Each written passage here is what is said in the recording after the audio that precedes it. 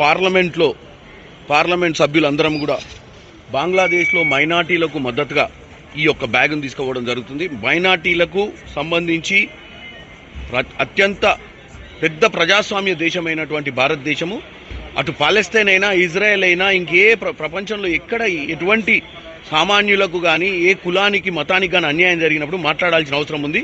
బాబాసాహెబ్ అంబేద్కర్ గారు రాసిన రాజ్యాంగంలో సెక్యులర్ ఇండియా అంటే ఒక సెక్యులర్ ఇండియాగా ఉన్నటువంటి మనము కంపల్సరీగా ఇటువంటి పరిస్థితులను మనము ఎదుర్కోవాల్సిన అవసరం ఉంది. అవసరమైతే మన విదేశాంగ శాఖ మంత్రులు మన ఈ ప్రైమ్ మినిస్టర్ గారు కూడా కంపల్సరీ బంగ్లాదేశ్లో హిందువులపై జరుగుతున్న ఎస్పెషల్లీ హిందువులపై జరుగుతున్న అత్యాచారాలన్నీ, హిందువులపై జరుగుతున్న అవమానాలన్నింటినీ కూడా ఎదుర్కోవాల్సిన అవసరం ఉందన్న ఒక విషయాన్ని ఈరోజు మేము పార్లమెంట్ సభ్యులందరం కూడా ఇప్పుడే ధర్నా చేసి లోపడుకోవడం జరిగింది. ఇది ధర్నా కాదు, ఇది కేవలం ప్రదర్శన.